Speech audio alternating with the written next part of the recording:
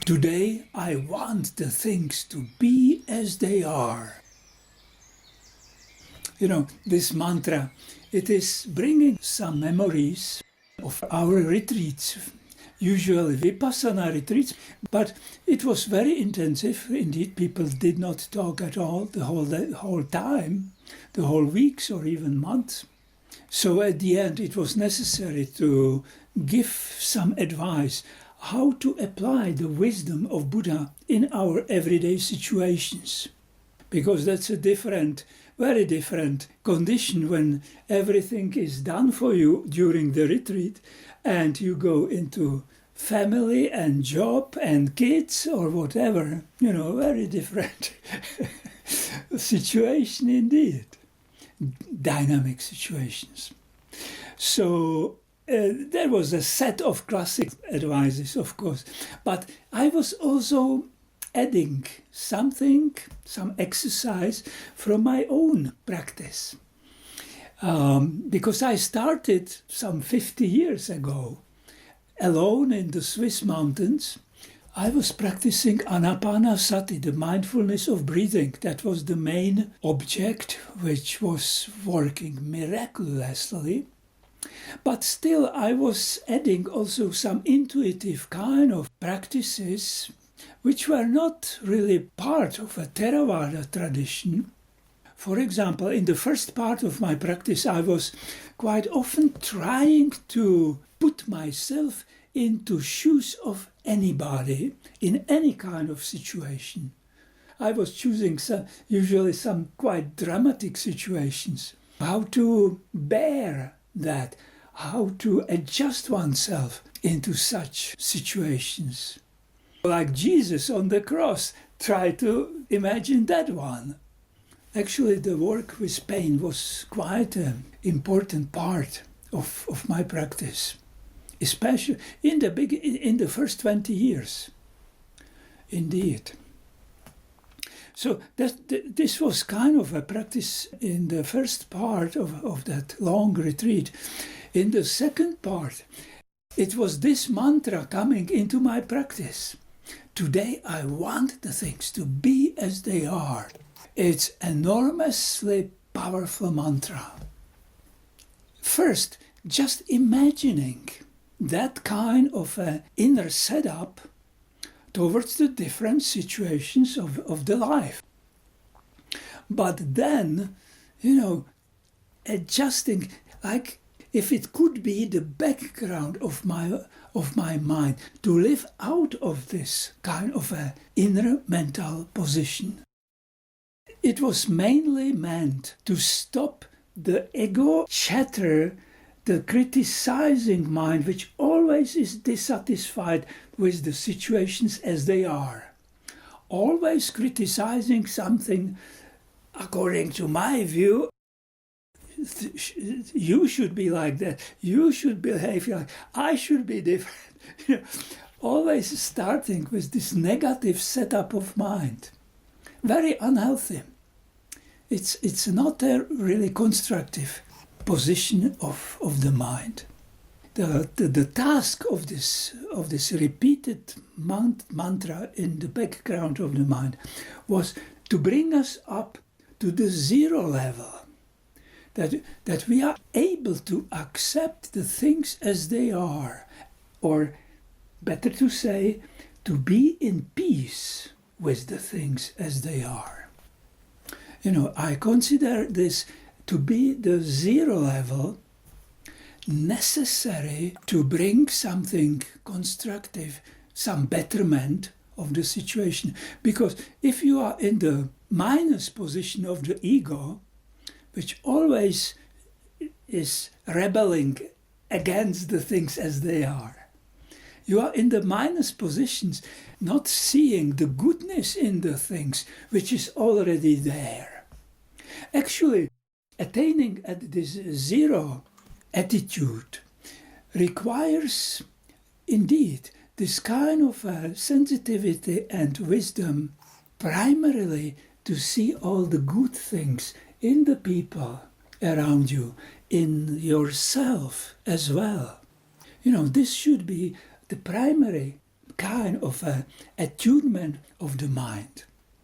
And in this kind of platform, zero platform, it is beautiful and possible to work for even improving the things.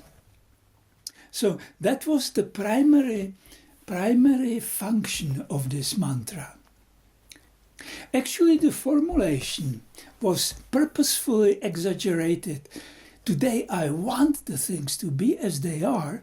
There is a kind of victory encoded in the formulation of this mantra. I want the things to be as they are, because they will be as they are anyway. If I wish or if I don't wish, So why to be in this minus position of criticism? Because this is a poison of the mind, actually. Always dissatisfaction around you, keeping this attitude for days and weeks and months brings you down. The quality of your life will go down after years, sure. So psychologically, it is very, very beneficial to train this mantra. And I was giving it just for one day in the week, every Wednesday. From the moment you wake up, already starting this mantra, going through the whole day till the last moment before you sleep. That was a little bit careful portion of the mantra for participants of the retreat. I was not expecting quick transition into full application of this mantra, because it requires so much. It is very requiring mantra. Some people actually tried, indeed. I remember my assisting teacher, she was having car accident on Wednesday. Eyes on the street, car sliding against the fence or barrier or whatever, nothing bad, nobody was hurt, but the car was badly hit. She got up, look at it. Today I want the things to be as they are. She was brave. Probably it was not yet the automatic, because if you bring this mantra into your subconscious, that it would be the first thing which comes into your mind. That there is a still great process, inner transformation into such a level that you are really living out of the positivity as a primary attitude. Because usually, something bad happened, for heaven's sake, the first shatter of the mind. So first you learn to override it with the mantra. Later you have this spaciousness in your mind, so it comes perhaps with a millisecond delay. Whatever, that's the training. So that was the purpose of it. But in the second part of my initial meditation, this mantra came in much, much deeper extent, so to say. Perhaps it was the training from the first part, when I tried to adjust my mind to any kind of existential situation. Perhaps that was this preparation for opening this kind of vision. It was connected with spiritual non-duality. You must be already somehow over the pain, over the suffering. Kind of a detachment that you can open and to see the whole allness, all the spheres of existence and life on your palm, from the beautiful ones to the extreme suffering.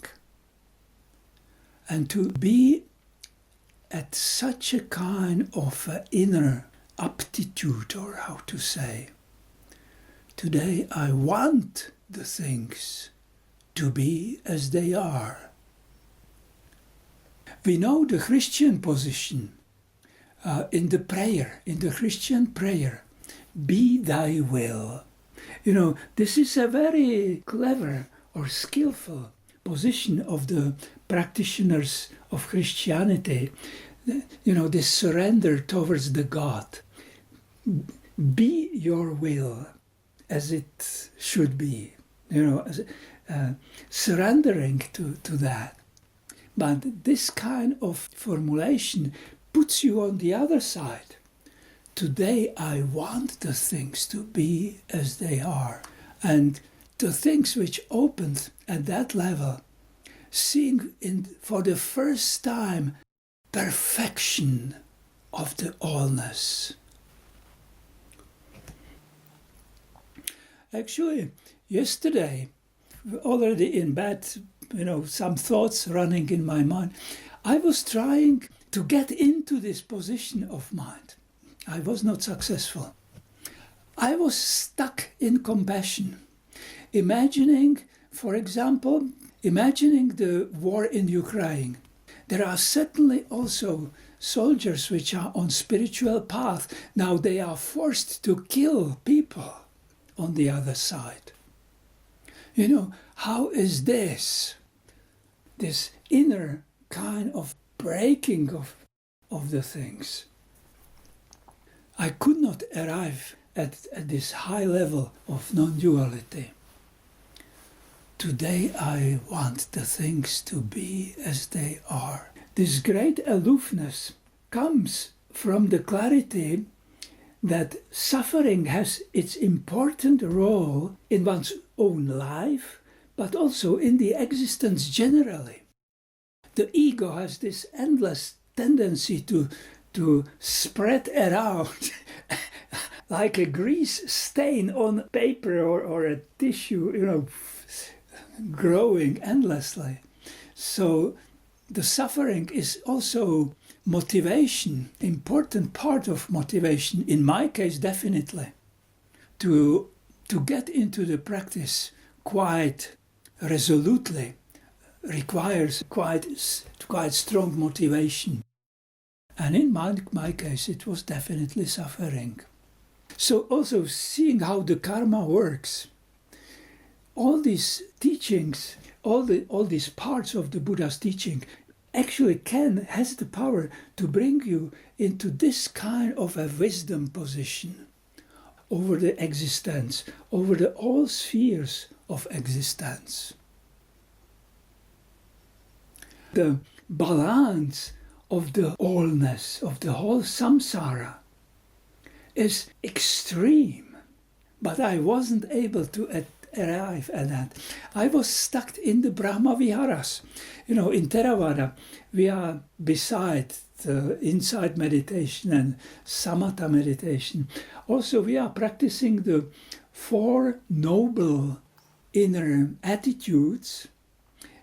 Brahma Vihara means the godlike dwellings, the highest attitudes possible in the allness.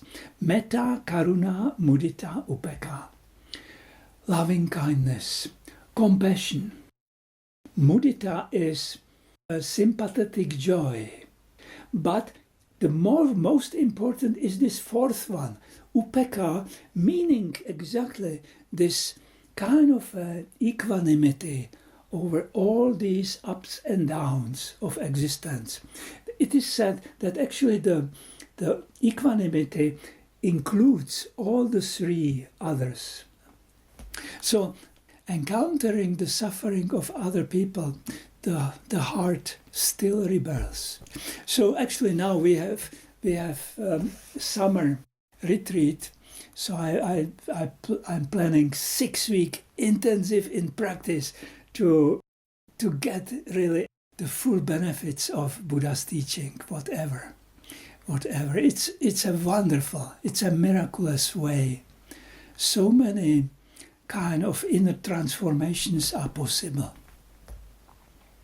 And this is to say, also I want to say, that all this enormous perfection and beauty of the allness or samsara certainly did not change my resolution to work for the full benefit of Buddha's teaching, which means nirvana, the unmanifested.